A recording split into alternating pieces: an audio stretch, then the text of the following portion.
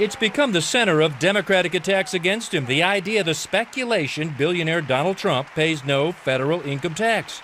Not only is that possibly true, says real estate tax attorney Richard Lipton, in the big world of big league real estate, it's perfectly legal and almost expected. Most real estate investors pay very little, if any, tax, provided that they are active real estate investors. That's right. Active real estate investors can pay little to absolutely no taxes. And in Sunday night's debate, Donald Trump made no apologies about it.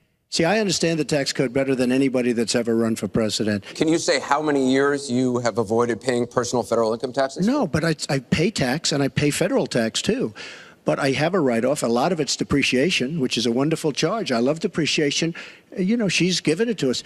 It is literally a gift from Congress. The IRS rules that allow businesses to write off depreciation on just about everything, even if it's a building and even if the value of the building is increasing. Here's how. Think of a huge group of companies. That's what Trump has and what he listed on his financial disclosures. Some may make big profits. Some may have big losses. And some, like his real estate holdings, can have both at the very same time. Take, for example, 40 Wall Street, one of Trump's biggest properties.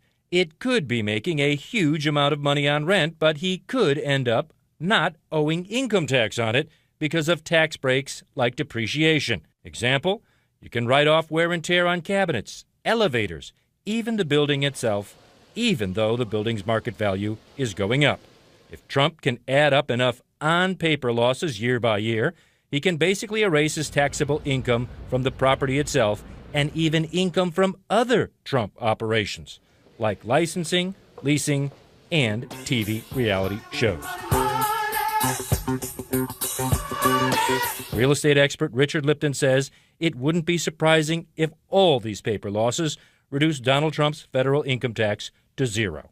So if you're running a TV show, call it The Apprentice, and you have real estate and it's generating losses, the tax losses from the real estate can be used to offset the income from your TV show.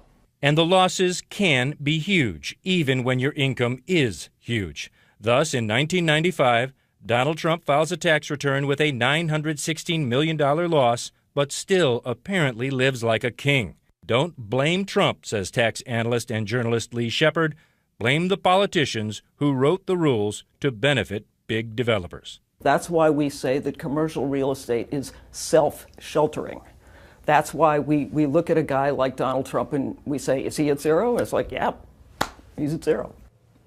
Drew, so we know he had this huge write-off in 1995, and that could have prevented him from paying any income tax or personal federal income tax for many, many years. It sounds like it's feasible he could still not be paying federal income tax.